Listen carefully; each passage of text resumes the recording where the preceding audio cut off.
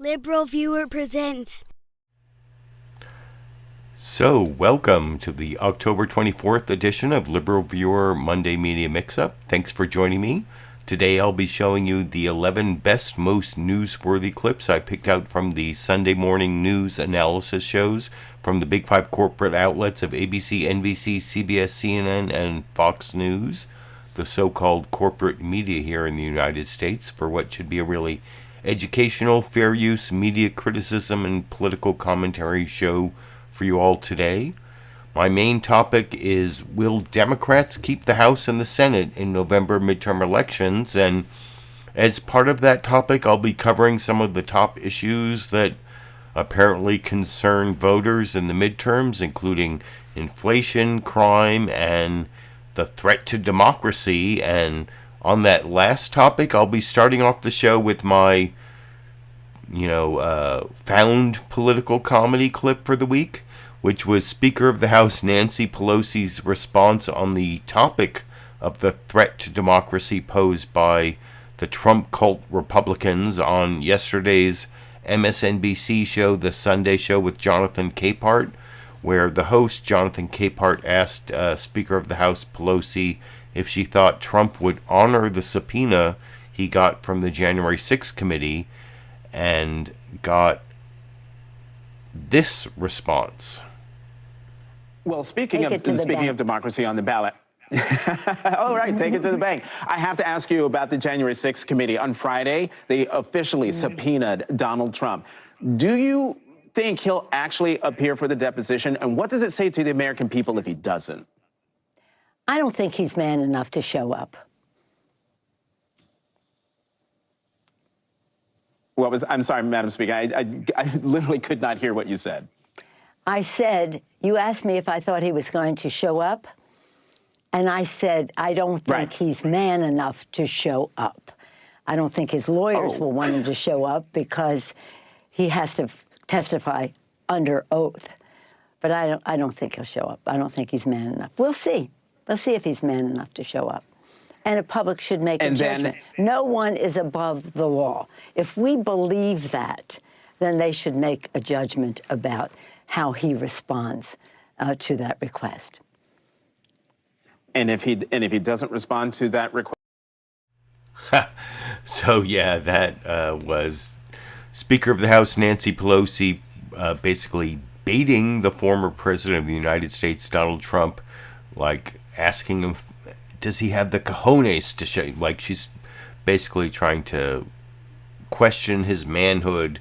I mean, she's actually had a pretty good track record of getting under the skin of our former president, Donald Trump, and getting him to react. So, I mean, I don't think he's going to show up to testify in front of the January 6th committee. And I'm going to show a clip of Liz Cheney talking about that a little bit later. That's clip number 8. And by the way, down in the video description, you can see a short summary of all 11 clips I'm going to be showing you, plus the links to the sources of all the clips I'm showing. The Sunday Show with Jonathan Capehart, and then the other big five corporate outlets. And now I'm actually going to show you the news summaries from those big five corporate outlets, as usual, from longest to shortest. And the longest news summary this week, and both ABC and NBC really focused on their polling results, which most of the time I talk about that as a type of bias that the corporate news media has. It's not a political bias, it's not a partisan bias, but they have they have a bias for sensationalism, for simplicity, for both sidism. They also will overly hype their own poll results, and also their exclusive guests. You'll see that coming up on Fox News Sunday, where they spend a lot of time focusing on Mike Lee's race in Utah, which doesn't seem, well, who knows, but it doesn't seem like the most important issue. But this close to the midterms. We're like 15 days from the midterm elections at this point. I mean, I guess poll results actually kind of become news. I mean, to the extent that they're accurate, and I don't know if they are. But anyway, here, the first two news summaries, the two longest ones, are ABC and NBC, and they both focused on their own poll results. First, here's co-host Jon Karl talking to their pollster Rick Klein, I think his name is, and they talk about the dynamic shifting in towards Republicans. Apparently, Republicans have the momentum at this point, with still a couple weeks to go. And then ABC's This Week with George Stephanopoulos focuses on Arizona, because you'll see that's where they're broadcasting from, and that's where there are all these Republicans who are election deniers. And later I'll actually have a clip of Jon Karl cross-examining Republican candidate for governor Kari Lake, who's a big election denier. But anyway, I'll talk about all of that a little more after we watch that ABC This Week with George Stephanopoulos news summary together over here. And welcome to This Week. We are coming to you live this morning from Arizona, part of our special coverage of the midterms, now just 16 days away. Arizona, of course, is one of the states that could decide control of Congress, but this cycle it's become something even more. Ground zero in the battle for the future of the Republican Party, and perhaps a harbinger for the future of our democracy. Every major Republican running for statewide office here has refused to accept the results of the 2020 presidential election, although, as you'll see, one of them recently backtracked. The Republican candidates for governor, secretary of state, and attorney general have all signaled they want massive changes to the way Arizona conducts its elections. No small thing in a state that played a central role in the 2020 presidential election and may well again in 2024. This morning, we are going to meet some of the conservative Republicans here who are fighting against the Trump election deniers in their own party. And we are going to examine the battle for the heart and soul of the Republican Party in the land of John McCain and Barry Goldwater. We've been on the ground here for days, talking to Republicans and Democrats. We've spoken to the two candidates for governor, bitterly divided over Arizona's future, a race with national repercussions because it has been one animated by lies and misinformation that strike at the heart of American democracy. We begin this morning with the national state of play, 16 days until Election Day, voting already underway in 34 states. ABC News political director Rick Klein is here to break down 538's latest election forecast and the results of our new ABC News poll with Ipsos. Good morning, Rick. So tell me, it seems like the momentum here nationally has shifted towards the Republicans. Is that what you're saying? Yeah, John, things look a lot different than they did just a few weeks ago. Take a look at this. Our partners at 538 now show a slight lead in polling average in the so-called generic ballot for Republicans. That's just the question, are you likely to vote for a Democrat or a Republican this fall? Over in the House, Republicans have a distinct advantage, and it's a growing advantage. Right now, 538 thinks it's about an 8 in 10 chance that Republicans take control of the House. They only need to flip 5 House seats to make that happen. In the Senate, the Democrats still have an edge, but that edge has been shrinking and shrinking fast just in the last week or 10 days. Right now, it's not much better than a coin flip. The Democrats keep control of a Senate that is now 50-50. And we have our new poll, and Rick, it seems that the issue set driving this election also favoring Republicans. Yeah, John, this poll with Ipsos shows that both parties have their areas of strength, but Republicans are starting to open up a pretty significant gap on some of the biggest issues that motivate voters: inflation, crime, issues around the economy, double-digit plus gap. That's what the campaign has been about. That's what the ads have been focused on. Now, Democrats have their issues as well. They have yawning advantages on things like gun violence, abortion, climate change. But the problem for them, John, is that those aren't the issues that are motivating voters first and foremost, either in polls or talking to voters. It's those issues around the economy. And if this campaign is about inflation, high prices, about crime, Republicans have a big advantage. Okay, and here in Arizona, Senator Mark Kelly, the Democrat, obviously running against Blake Masters, tight race. You have been saying that this could come down to something you're calling McCain Democrats. Yeah, and John, this is kind of a microcosm of what we've seen around the country. Keep in mind that right here, this used to be red territory. Maricopa County, fastest growing county in the country. John McCain won right here in 2016, last time he's on the ballot, by 15 points. Fast forward just 4 years, though, Mark Kelly and Joe Biden both win this state. Biden winning by barely 10,000 votes, one of the biggest upsets of the election cycle. So the battle right now, it's over suburban voters, it's over new voters in this fast-growing county, it's over Latino voters. These are the trends you're seeing everywhere. And this crop of voters, people that for decades voted Republican, now have been voting Democrat. Where they land almost certainly determines where Arizona lands. And if you want to see why that matters, John, take a look at this. If just this one Senate seat flips, if Blake Masters is able to beat Mark Kelly in a few weeks, Republicans go from a 4 in 10 chance to an 8 in 10 chance to take the Senate. I got to say, if Republicans win here in Arizona, I don't see how they don't also win the Senate. Thank you very much, Rick. Appreciate it. We came to Arizona in part because this state is... And then down at the link in the video description, if you want to continue watching ABC's This Week with George Stephanopoulos, they cover the Republicans who are fighting back against the election deniers. But I think ABC did a good job of highlighting the election deniers who, like all up and down the ballot in Arizona, is all the Republican candidates are election deniers. And I'll show you Carrie Lake later, like denying the results of the 2020 election and giving a little bit better answer than I showed you last week, on where she said, if I win, then I will accept the results. I expect to win, and so I will accept that result of the election, where she pretty much explicitly or implicitly said, I should say, that she would not accept the results of the election if she lost. And she has a little bit better answer this week. And then I think actually ABC did a better job of giving fact-checking on her interview, because they didn't do a live interview, so they could intersperse what she said with the truth. But I want to also juxtapose that ABC This Week with George Stephanopoulos news summary with the NBC News Meet the Press news summary, which is pretty similar because it's really heavily based on their latest poll results. And I will talk about that a little more after we watch that news summary juxtaposed with the ABC one together over here. Monday morning, just 16 days until the election. 7 million Americans have already voted, and we have some brand new NBC poll numbers to share with you that indicate interest in this election is at an all-time high. Look at this. We record 70% of voters saying that interest in this election is a 9 or 10.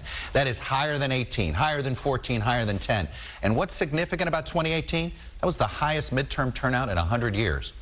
This indicates we're going to be even higher than that. Overall, the battle for congressional control, it's a dead even 47-46. But if you go under the hood of our poll, this brand new poll, you will see that among likely voters, Republicans have an advantage, and among the final group of persuadable voters, Republicans have the advantage. That is why it feels as if the wind has shifted a little bit here. We asked them, what message would you send with your vote to Congress? Democrats, the #1 message clearly is protect women's rights. It goes along with all of those abortion rights ads we've been seeing among Democratic candidates. When you ask Republicans what message would they send, it's a bit mixed, quite a few of them. One that does stand out, though, is fix the economy, reduce the cost of living on that front. Now, presidential job approval is one of those numbers that seems to be indicative of which way the wind is blowing. So President Biden sits at 45%. Where does that stand contextually? It's 2 points lower than Barack Obama in 2010. It's 2 points lower than Donald Trump in 2018. Both were wave elections against the party in the White House. Digging deeper here, we've got some all-time midterm highs that should serve as red flags for the Democrats. The wrong track, 71%, all-time midterm high since we've been polling. How about presidential disapproval on the economy, sitting at 57%? Again, we hadn't recorded that ever that high in our poll. And the third one, the direction of the economy. In the next year, is it going to get better or worse? 50% say it's going to get worse. Again, an all-time high in midterm polling. Going further here, this interest in the election, we told you, it's high on both sides. This 69% number for Democrats is astonishing. It's 78% among Republicans. That is an extra astonishing number, if you will. And the big gap here, African-American interest among Democrats, this is why you're going to see a lot of Barack Obama in the next 2 weeks. If the Democrats don't get interest in the election up among African-Americans, they're going to have some problems, particularly in some of those key Senate races. There is one lone bright spot here for Democrats. Biden is seen as his agenda a bit more agreeable than Trump's, though everybody is negative here. Do you agree with Joe Biden most of the time? 45% mirrors his job rating. 50% disagree with his agenda most of the time. How about Donald Trump? 36% agree. 56% disagree most of the time. If you want to call that a bright spot, there is one there for the Democrats. Here's another one here. Most important issue facing this country. Number one, for the second poll out of 3, threats to democracy. Number 2 and 3 are both economic related, jobs in the economy and cost of living. But this issue of threats to democracy rose to number 1 this summer after the start of the January 6 hearings. Our institutions only hold when men and women of good faith make them hold, regardless of the political cost. We have no guarantee that these men and women will be in place next time.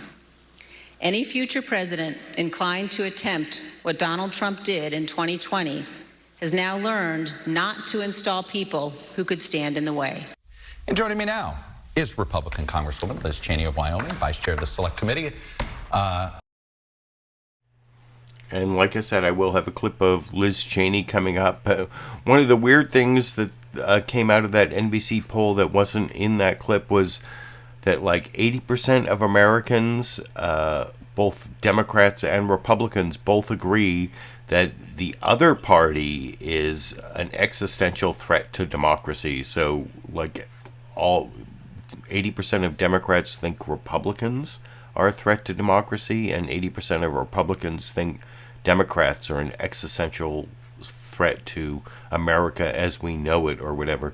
That might be in one of the upcoming polls, but I want to juxtapose the NBC poll and the ABC poll with the CBS News Face the Nation news summary, and this is sort of like the closing arguments of Democrats and Republicans.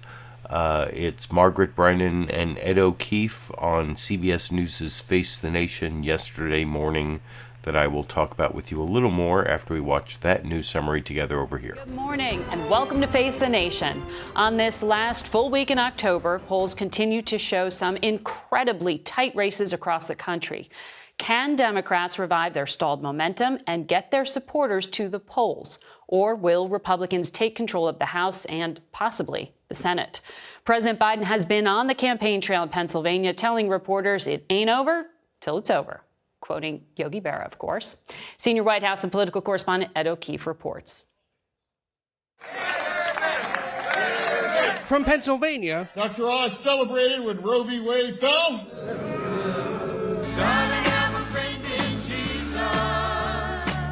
to Arizona. Hello, Arizona! Democratic and Republican candidates are making their final arguments. There's this attack on our democracy, on the very right to vote. Republicans are sticking to a message focused on the economy and crime. This is an economic and health crisis. A doctor can help fix it.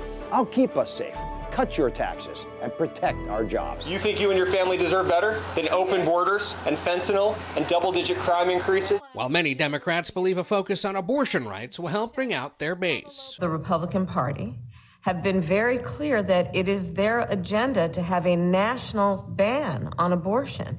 For his part, President Biden has been touting his work to curb inflation and cut gas prices. Last week, he approved the release of more oil from America's strategic reserve, but denied any connection to the looming election. I've been doing this for how long now? It's not politically motivated at all. Despite the president's work, many Democrats in the most competitive races don't want to be seen with him. Tim Ryan in Ohio said he doesn't want you there. Warnock said wouldn't say. Do you think they're making a mistake? No, there are 16 there I've already gone in for yet, and a lot more are asked. One Democrat who is in big demand, former President Barack Obama, who's now on the airwaves for Democrats in key races. You can count on John Fetterman. Make sure he can count on you. And plans to campaign in Georgia, Michigan, Nevada, and Wisconsin. In the coming days, attention will focus on Pennsylvania, where Democrat John Fetterman and Republican Mehmet Oz will meet in their one and only debate. And here in Washington, there are looming fights over raising the debt limit and future funding for the war in Ukraine, as Republicans say they'll force a rethinking on those issues if they take control of Congress. Margaret? Ed, thank you. So yeah, that was the third of the 3 news summaries from, the third of the 5 news summaries from the big 5 corporate outlets, and the third of the 4 news summaries from the journalistic outlets, because, 4 of the 5 are actual journalistic outlets.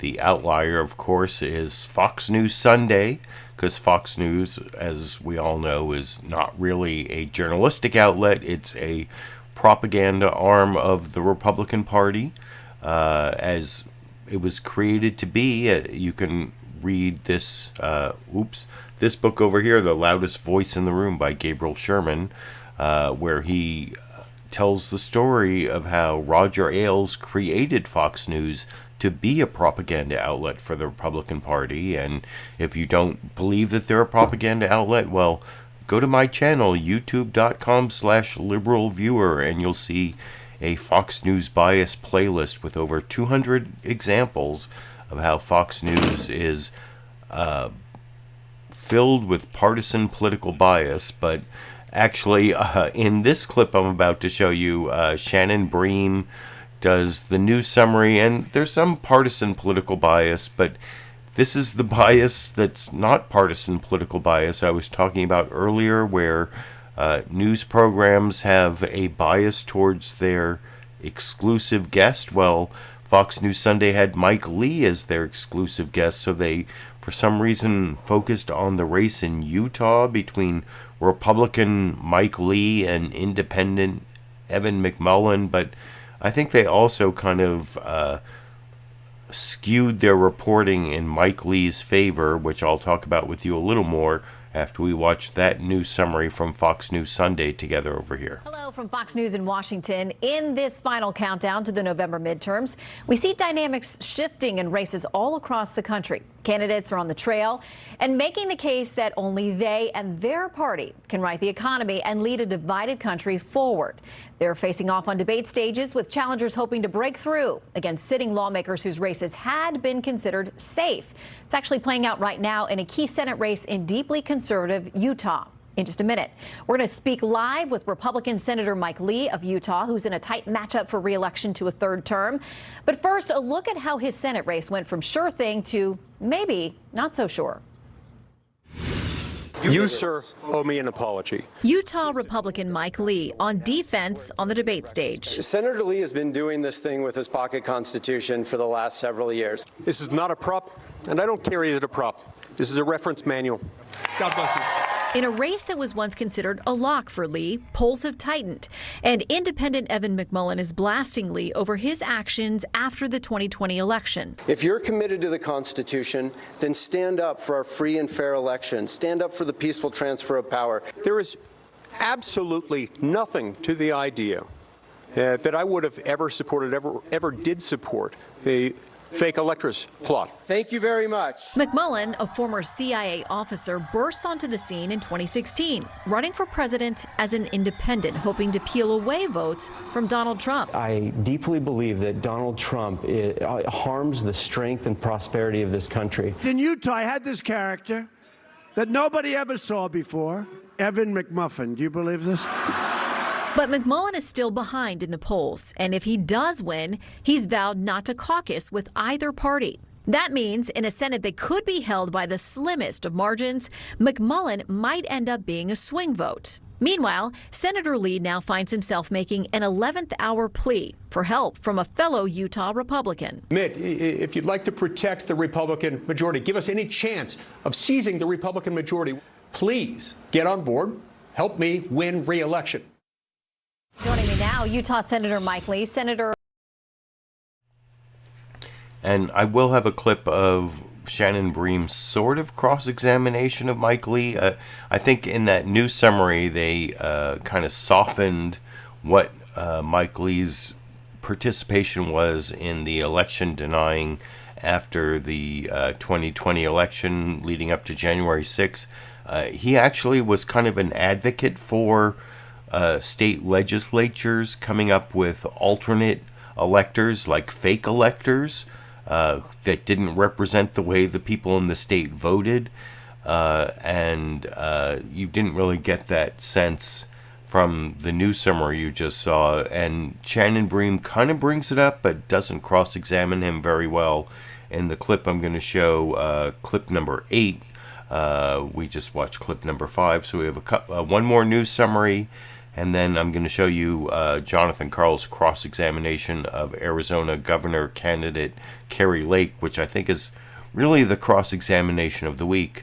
Shannon Bream's cross-examination, since, of course, Shannon Bream is a partisan hack, doesn't count as a cross-examination almost at all. But anyway, before I get to the newsmaker clips and the cross-examinations, I want to get you the last news summary at CNN's State of the Union. I think Jake Tapper does a pretty good job here in the shortest amount of time, and I'll talk about that a little more after we watch that final news summary together over here. Jake Tapper in Washington, where the State of our Union is biting our nails watching the races tighten. We are 16 days out from the midterm elections here in the United States, and the fight for control of Congress will center on just a few key races. As early voters have already started to cast their ballots, Democrats might be wondering where their summer optimism went, as poll after poll after poll shows swing voters shifting towards Republicans. With inflation making your lives more expensive amidst fears of a recession, Republicans are doing everything they can to make sure the economy and rising crime statistics in some places are what you think about as you decide who to put in power in Washington. It's a message Democrats are struggling to counter on inflation and the economy. This week, House Speaker Nancy Pelosi says her party needs to, quote, message it better. My next guest has been sounding this alarm for months, warning Democrats that avoiding talking about the struggling economy would guarantee defeat in November. In the closing days of the campaign, he plans to cross off a battleground checklist: Oregon, Nevada, Wisconsin, Florida, Pennsylvania, presenting his own views on exactly how Democrats should be talking to voters about the economy. And joining me now is Independent Senator Bernie Sanders of Vermont, who, of course, caucuses with the... So yeah, that was a pretty good news summary. I mean, my only criticism would be what I was saying. CNN State of the Union had as their exclusive guest this week Senator Bernie Sanders, and they spent a significant part of the latter half of that news summary talking about Bernie Sanders. And I don't know if he's the biggest news this week, but those are the 5 news summaries from the big 5 corporate outlets. You can tell me which one you think is the best, which is the worst, which covered the news of the week most accurately, which covered it in the most partisan political way. Of course, I've already given you my opinion that Fox News Sunday was the least journalistic, and I think I talked about the other 5 the other 4 outlets along the way. But now I have 5 newsmaker clips for you, starting with Jonathan Karl. And you remember last week I showed you a clip of Kari Lake being, this is the Republican candidate for governor in Arizona. I showed you a clip of her being cross-examined by Dana Bash, but Dana Bash gave her a live interview, and in a live interview, you can only do so much in terms of your cross-examination. You can anticipate the election lies that Kari Lake tells all the time, but you can't necessarily have like a whole set of facts readily available to cross-examine whatever she says. Well, over on ABC's This Week with George Stephanopoulos, Jonathan Karl didn't do a live interview with Kari Lake. Instead, he interspersed the interview with clips that showed that she's like a big liar. What she's saying about the election in 2020 doesn't match up to the facts. Her claim that the election was stolen is totally bogus, and I'll show you how he does that interspersing of the facts with the Kari Lake lies. But also at the beginning, last week I showed you how Kari Lake, talking to Dana Bash, said that planning to win, and that's the result of the election I'll accept, which sounded a lot like, to most of us listening to that interview, it sounded like she would only accept the results of the election if she wins. So she's moderated that a little bit this week, talking to Jon Karl on ABC, where she will accept the results of the election if it's transparent, fair, and certifiable or whatever. But I guess that is just a different version of last week's answer, because fair, if she doesn't think it's fair, she's not going to accept the results, and if she doesn't win, it's not fair, is sort of the subtext. But you can let me know what you think after we watch that questioning of Kari Lake from ABC's This Week with George Stephanopoulos, co-host Jon Karl over here. Is that you have not said, or maybe you'll do it now, you have not said that you will accept the certified results of this election even if you lose this election. I will accept the results of this election if we have a fair, honest, and transparent election. Absolutely, 100%. So if you were to lose and you're ahead, but if you were to lose and you went out and you had all your appeals, they went through. As long as it's fair, honest, and transparent. And certified. Who's going to determine that? Are you going to determine that, or what, if it's looks certified? My opponent might have to determine that. Well, she is the Secretary. That's an interesting conundrum, isn't it? You said something last week. You said that there were 740,000 ballots in of custody. Those ballots shouldn't have been counted. Are you really saying that you would throw out the ballots of 740,000, no, three-quarters of a million Arizonans? Those were 740,000 ballots violated chain of custody requirements in Maricopa County. First of all, it's not true. The Maricopa County Board of Supervisors put out a 98-page report that went through these allegations. That is a fact. Check your facts. We took that claim to Maricopa County officials, who refuted Lake and pointed to the statement they issued back in May, saying that the county always had control of the ballots, adding they, quote, were sealed in envelopes and secured in boxes that bipartisan couriers are prohibited from opening. But just to be clear, the Republicans on the Board of Supervisors, the Republican governor, now the Republican candidate for Senate running along with you, the Republican Attorney General under Donald Trump, Bill Barr, all said that there wasn't, that the election was not stolen. Are we going to sit and litigate this? No, I'm happy to I'm do just, it. I'm just wondering why they would all lie. But you guys are obsessed. We have a lot of corruption in this system, and they don't want. I think a lot of people who were responsible for that election know that there were rules broken and laws broken, and they don't want to admit fault. Okay? Like Bill Barr. And that's fine. We're going to go forward, and we're going to make sure going forward our elections are secure. The roundtable is back. So yeah, you can see Kari Lake there still not accepting the results of the 2020 election, despite Jon Karl showing that all of her claims are bullshit. And speaking of bullshit claims, over in the live comments, I saw one of my regular viewers, Seal Beater, claiming that Hillary Clinton never conceded the 2016 election, and I actually put a link in the live comments there where anyone who wants to can see Hillary Clinton did concede the 2016 election. She made a public speech saying Donald Trump won within a few days of the election, and you can see it right there. But anyway, so yeah, election deniers are on the Republican side are not the same as Hillary Clinton in 2016. That's a totally bogus talking point. But speaking of bogus talking points, I showed you the Fox News Sunday news summary earlier, which was kind of skewed towards Republican Senator Mike Lee. It mentioned kind of that he was an election denier before January 6th. Now, to be fair to Senator Mike Lee, he did vote to certify the election on January 6th after the insurrection. But leading up to that, he was trying to find Republican state legislatures that would ignore the actual results of the election in their states and come up with this bogus slate of electors for the Electoral College that didn't represent the way the people voted.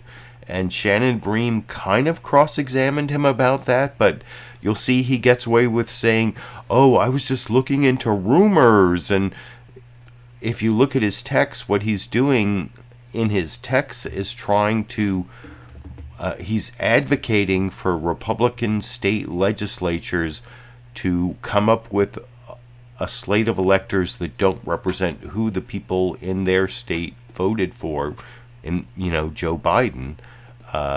And I'll talk about that a little more after we watch this bad cross-examination from Fox News Sunday host and partisan hack Shannon Bream together over here. Okay, we've got to get to a lot of big issues, the economy, abortion, others. But first, I want to talk about your race.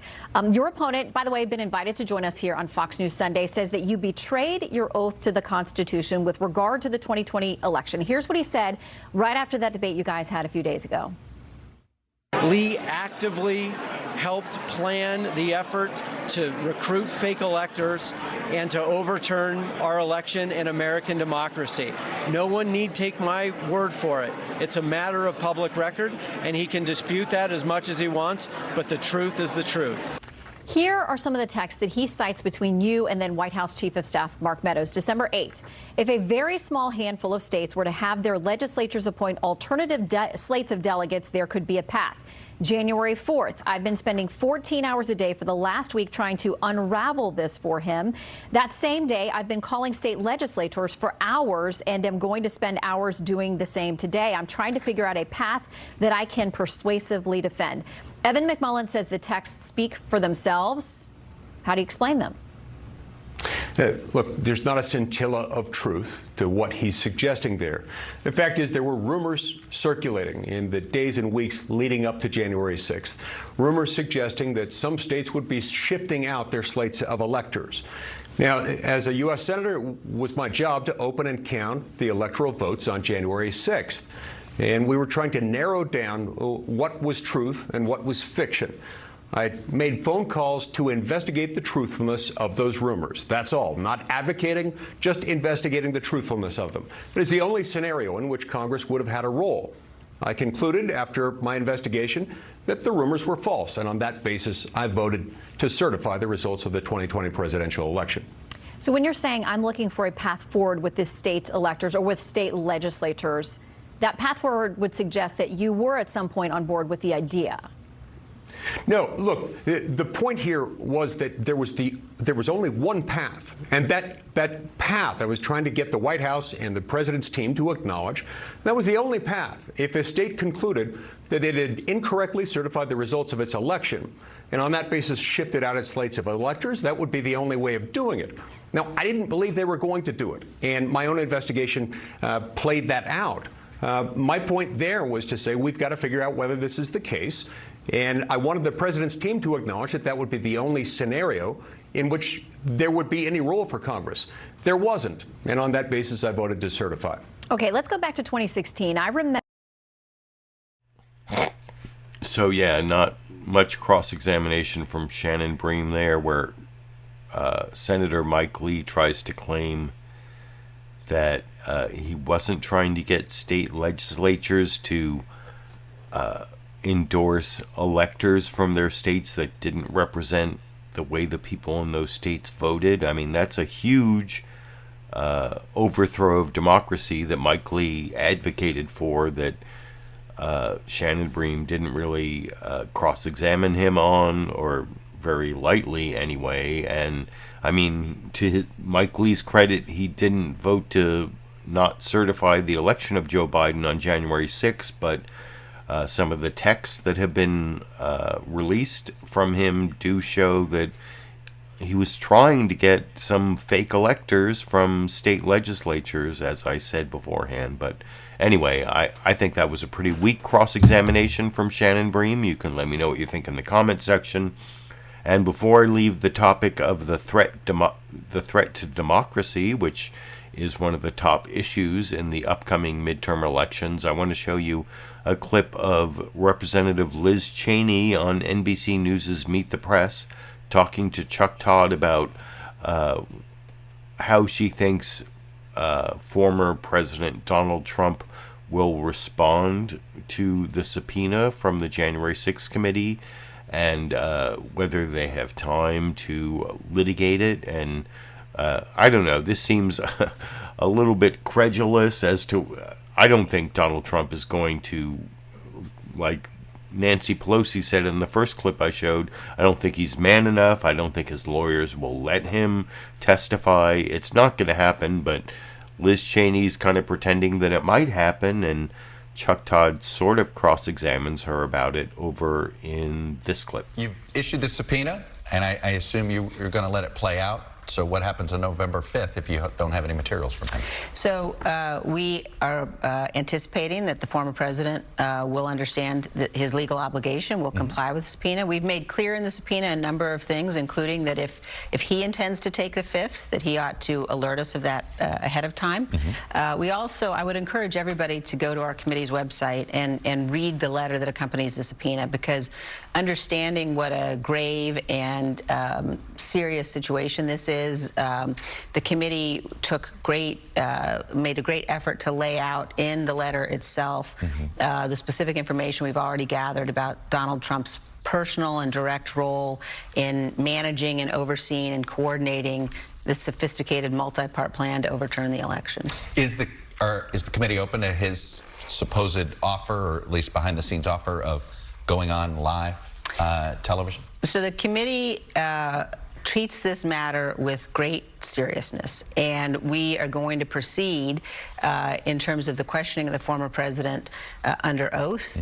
It may take multiple days, and it will be done with a level of rigor and discipline and seriousness that it deserves. We are not going to allow the former president, he's not going to turn this into a circus. This isn't going to be, you know, his first debate against Joe Biden and the circus and the food fight that became. This is far too serious set of issues, and we've made clear exactly what his obligations are, and we're proceeding with that set out. If you don't get cooperation from him, do you have time for this legal fight?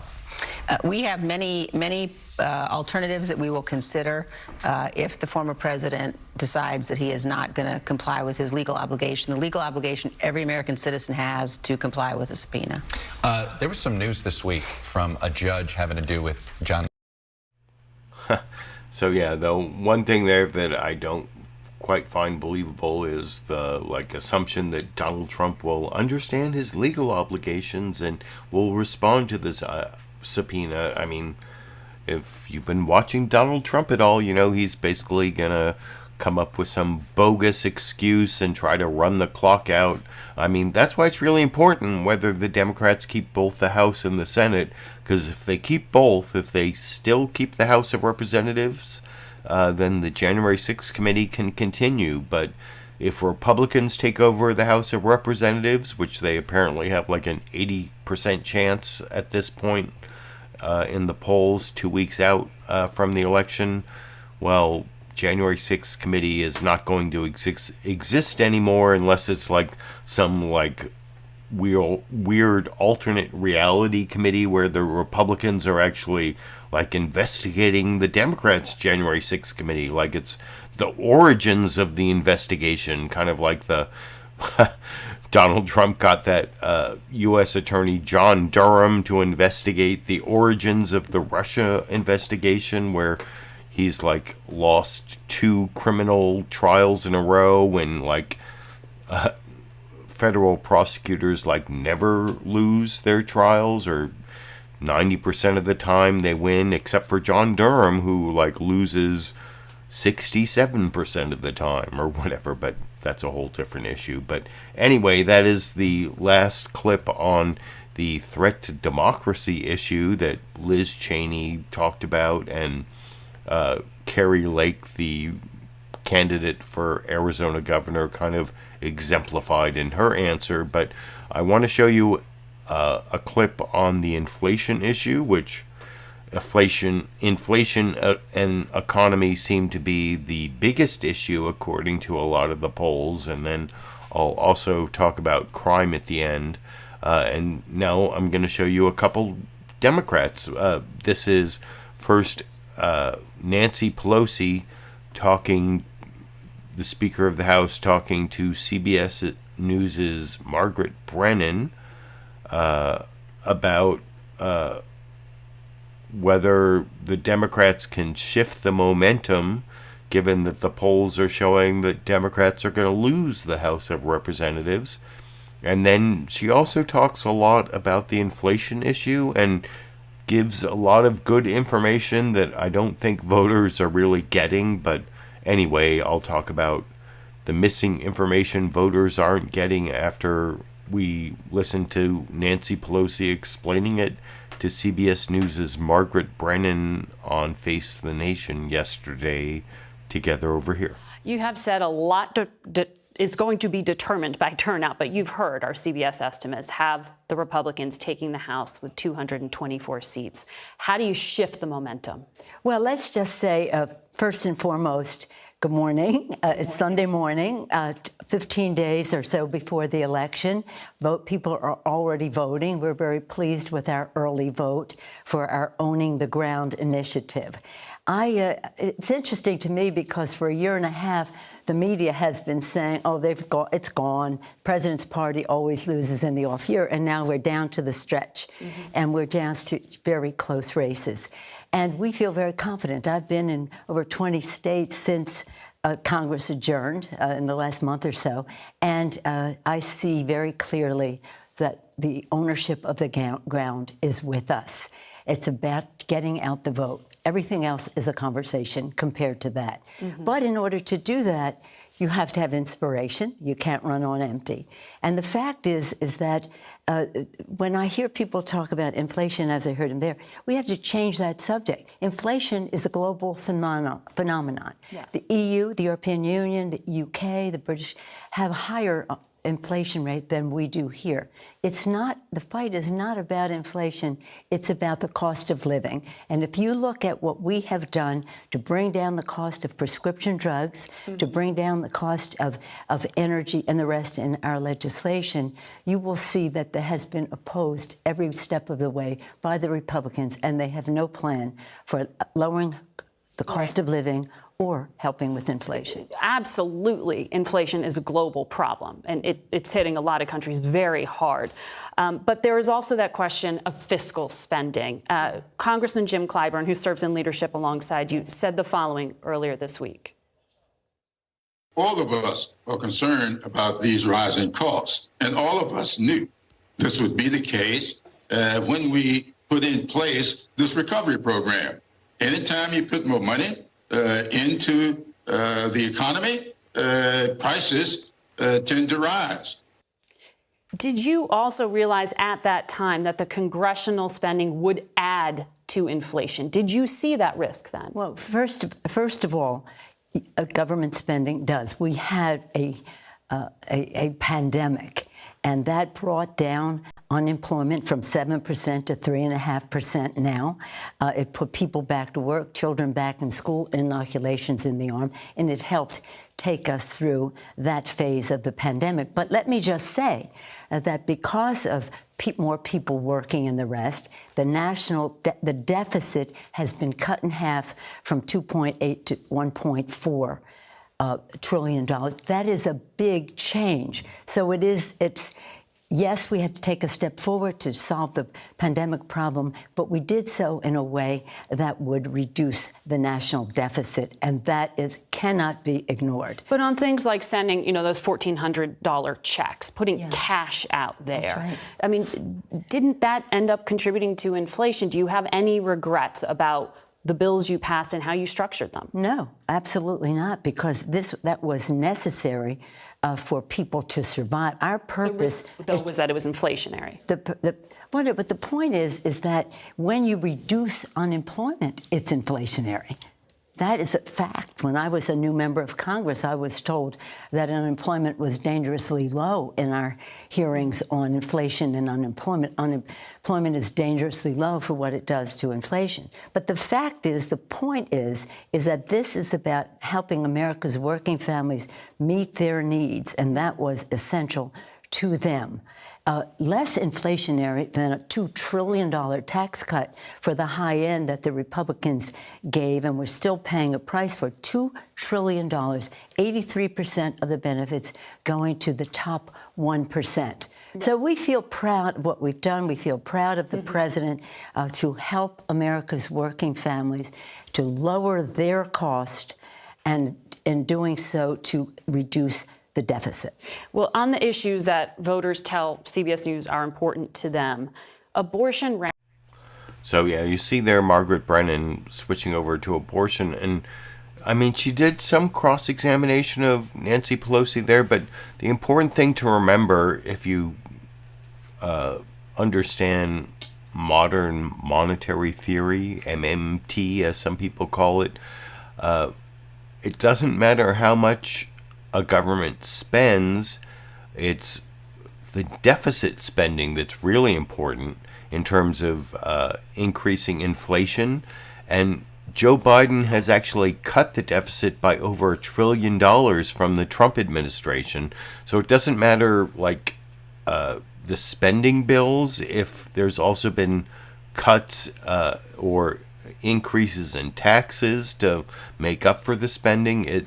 It's not inflationary unless the spending outweighs the increase in taxes. You know, spending puts money into the economy, taxes takes money out of the economy, and Joe Biden has cut the deficit by over $1 trillion from the Trump administration. So it's kind of bogus to claim that that spending that helps workers is inflationary. And kudos to Nancy Pelosi for pointing out this like weird fact of the big money people, the Goldman Sachs elitist economists who like partially or even completely control the Federal Reserve, where, oh, we've got to increase interest rates because workers are getting too much power. There's like too low an unemployment rate, so that's not good for capitalism. But that was like a fact that doesn't come up much in the corporate news media that Nancy Pelosi got out there, that like low unemployment is inflationary because workers are finally getting what they deserve. And anyway, that's a whole different issue, but kind of breached there in that clip from Nancy Pelosi on CBS News' Face the Nation. But I want to have I have one more newsmaker clip. This is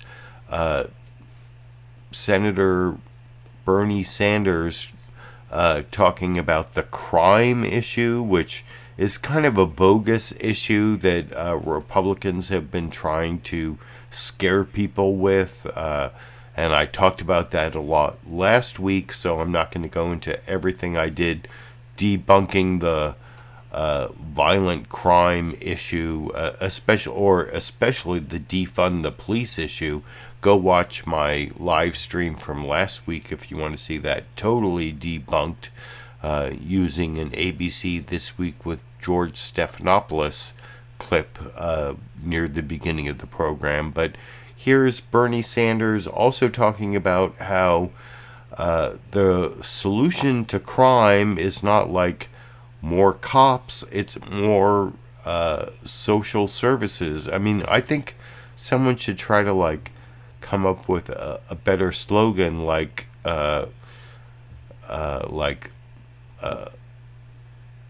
public services, create, well, whatever. I'll come up with the slogan while we watch Bernie Sanders on the final newsmaker clip, and I'll talk about that a little more with you after we watch that clip together over here. President Biden said on Friday he believes crime is a real issue in the 2022 campaign. Overall, violent crime is up in some major cities in 2022, such as New York, Seattle, Los Angeles. One recent poll puts higher crime rates second, only below inflation, on the list of top issues concerning voters. Are you worried that Democrats are missing a major undercurrent here? How should Democrats be talking about crime? Crime is a real issue. Violence is a real issue. And I'll tell you something, I go all over the state of Vermont. This drug problem and the addiction to drugs and the violence that drug causes is a huge problem all over this country. So we have got to focus in a smart way, not in a way that foments fear. But how do you deal with the growing addiction? How do you deal with the opioid crisis? And that means making investment in our young people in good education, in good job training, and making sure that we have good law enforcement doing the right job all over this country. So a more holistic approach, but do you think that would be resonant with voters who, a lot of whom are just scared about going into cities or anywhere? They're afraid to leave their homes in some cases. Well, what we need to do is it's a problem, and we need to have a sensible problem that actually works. And that's what we've got to work on. All right, Senator Bernie Sanders, always good to hear you. Thank you so much. Appreciate your time.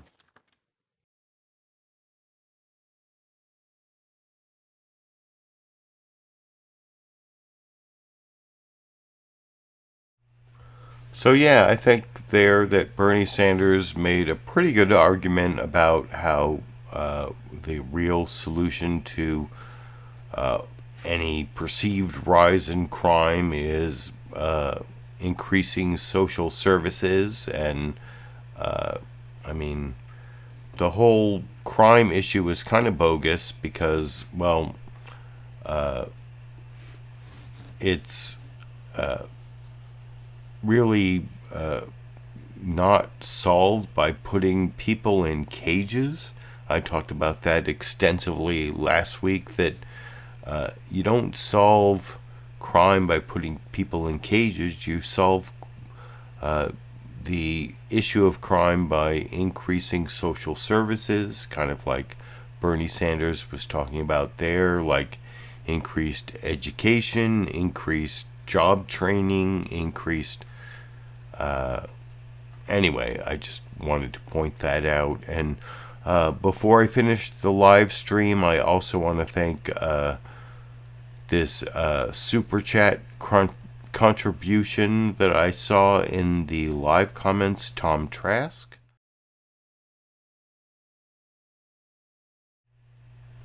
Thank you for that. It looks like this week's live stream is going to be monetized, so if you're watching this as a recorded show, you'll probably see ads, and that also supports my channel. But if you want to support my channel more deeply than just watching the ads that come up on the live stream, well, I put links down in the video description where you can become a monthly patron on Patreon or give a one-time contribution on PayPal to my live stream. At the $5 and $10 level, I give you this weatherproof vinyl #LiberalViewer sticker and a ACLU pocket constitution, which I don't seem to have a copy of right now, but if you want to become a monthly patron at $5 or $10 a month, that's what you'll get, or even just a one-time contribution through PayPal at the links right under the video description. I originally said I was going to keep doing this live stream through the November midterm elections.